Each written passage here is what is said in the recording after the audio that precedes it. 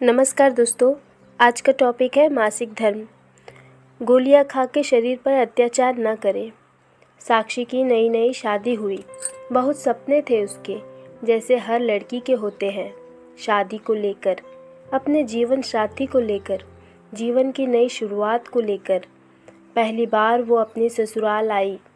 साक्षी एक पढ़ी लिखी, खूबसूरत और आज के ख्यालों वाली लड़की थी। दोनों की जोड़ी ऐसी कि किसी की नज़र ना लगे। वो गुड़गांव में आईटी कंपनी में ऊंची पोस्ट पर था। साक्षी के सास ससुर भी पहले सरकारी नौकरी में कार्यरत थे, पर अब रिटायर हो चुके थे। देवर भी बढ़िया सी नौकरी कर रहा था। सब कुछ एकदम अपनी जगह पर सही था। शादी के दिन सारी विधि करते करते और घर आते आते बहुत रात हो गई थी। आते आते ही साक्षी की सास ने एक छोटी सी घर में पूजा विधि करा ली। साक्षी की बहन राधा ने सास को समझाने की बहुत कोशिश की कि सब बहुत थक गए हैं और बाकी की पूजा विधि दूसरे दिन कर लेंगे, पर वो सुनने के लिए तैयार ही नहीं थी। दूसरे दिन घर की बाकी रस्में निभाई गई। 2-3 दिन बाद साक्षी ने रसोई की पूजा करवाई और उससे पहले रसोई में हलवा बनवाया, जो सबको बहुत पसंद आया। ससुर जी ने अपनी बहू को शगुन के तौर पे 1100 रुपये दिए और खूब आशीर्वाद देकर कहा कि ऐसे ही इस घर की अन्नपूर्णा बनना। सास ने साक्षी को कमरे में बुलाया और कहा कि परसों मैंने तुम दोनों के वैवाहिक जीवन, सुख शांति, नवग्रह शांति आदि के लिए पूजा रखी है। सुबह अंधेरे ही उठ जाना, बाल धो के अच्छे से नई कोरी साड़ी पहन लेना। साक्षी सब कुछ बड़े ही गौर से सुन रही थी। अचानक सास ने पूछा, अच्छा तुम्हारी तारीख कब है मासिक धर्म की? कहीं ऐसा ना हो कि मैं इतनी तैयारी करूं और तुम सब पर पानी फेर दो। साक्षी ये सब सुनकर थोड़ा अजीब महसूस कर रही थी। वो बोली, नहीं माँ जी, अभी 5 दिन है तारीख को, कोई गड़बड़ नहीं होगी। हाँ, पर शादी की भागदौड़ में कुछ कह नहीं सकती। सास बोली, तो एक काम कर ले, गोलियां खा लेना ताकि पूजा में कोई विघ्न ना आए। साक्षी सिर हिलाकर अपने कमरे में चली गई। पूजा विधि सब ठीक से हो गई। सभी रिश्तेदार अपने घर लौट गए। सुमित की भी छुट्टियां खत्म होने वाली थी। वो कमरे में आई और सुमित ने जोर से साक्षी को अपनी तरफ खींचकर अपनी बाहों में ले लिया। वो उसके करीब आने की कोशिश कर रहा था। उतने में साक्षी बोली, सुमित, मुझे तुमसे कुछ बात करनी है। पर सुमित कहाँ सुनने को तैयार। साक्षी ने कहा, सुमित प्लीज़, बात ज़रूरी है आज माँ जी। उतने सुनते ही सुमित साक्षी की तरफ देखकर बोला, क्या हुआ, कुछ कहा माँ ने? साक्षी बोली, माँ जी ने कहा कि अभी घर में मंगलमय वातावरण है, इसलिए अभी ऐसा कुछ भी मत करना। चाहो तो मैं तुम्हें बाद में खुद टिकट निकाल कर दूंगी, तब खूब घूम लेना मन भर के। सुमित, तुम्हें नहीं लगता ये सब थोड़ा अजीब है? उतने पर सुमित ने कहा, साक्षी, माँ थोड़े से पुराने विचारों की है। वो बाहर से जितनी कड़क स्वभाव की दिखाई पड़ती है, अंदर से उतनी नरम है। तुम कभी भी उन्हें किसी चीज़ के लिए मना मत करना, क्योंकि यही छोटी छोटी चीज़ें दिल में घर कर जाती हैं और आगे कितना कुछ भी कर लो, फिर दिमाग से जाती नहीं है। फ्रेंड्स, अगर आप इस चैनल पर नए हो तो प्लीज़ चैनल को सब्सक्राइब कर दें और ये छोटी सी इन्फॉर्मेशन पसंद आए तो वीडियो को लाइक करना ना भूलें। मैंने कभी किसी बात के लिए माँ को मना नहीं किया है और ये सिर्फ 4-5 महीने की ही बात है। एक बार फ्लैट का बचा काम पूरा हो गया, फिर मेरे साथ तुम रहोगी। फिर तुम्हें जैसा रहना है वैसे रहना, मेरी तरफ से कोई बंधन नहीं रहेगा। उसे सुमित की सारी बातें समझ आ गई और उसकी मम्मी ने भी यही समझाया था कि शुरुआत के कुछ दिन ससुराल वाले बोले वैसे ही करना, चाहे तुम्हारी इच्छा हो या ना हो।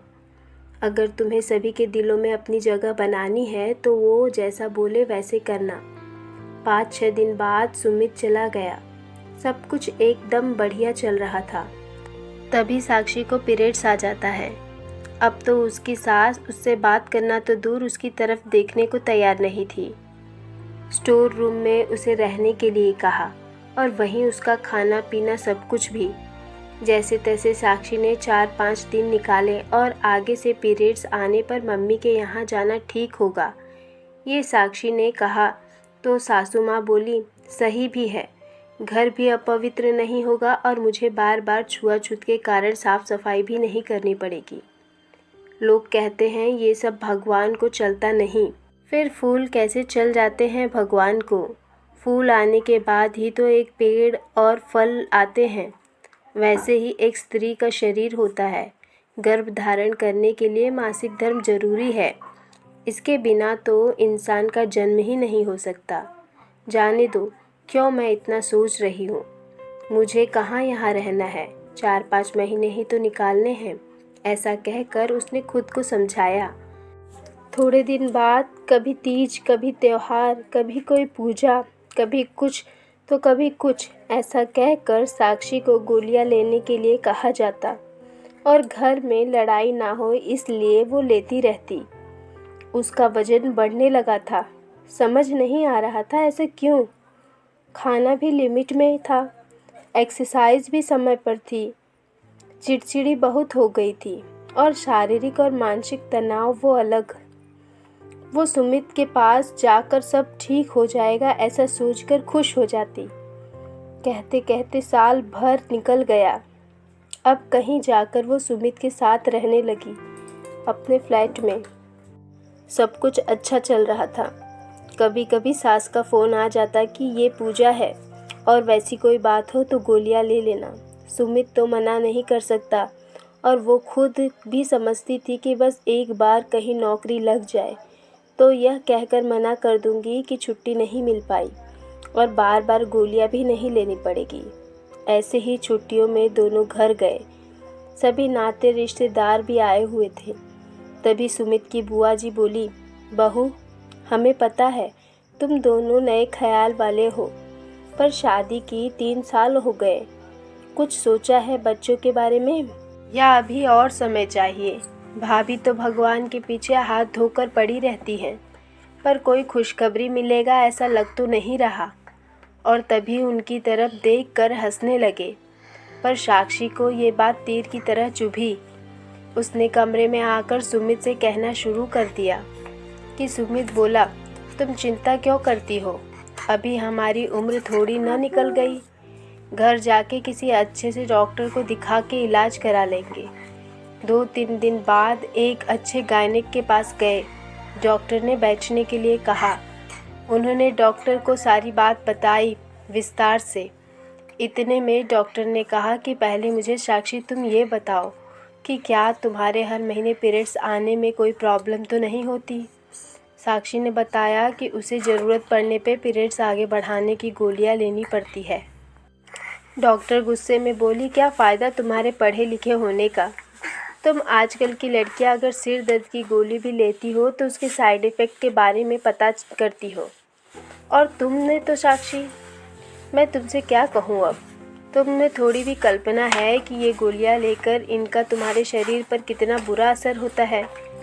तुम्हारी फैलोपियन ट्यूब में ब्लॉकेज आ गए हैं इन गोलियों के कारण, और तो और शरीर में होने वाले हार्मोन बदल के कारण तुम्हारी दोनों ओवरीज डैमेज हो गई है। तुम्हारे गर्भाशय में गांठ बन गई है।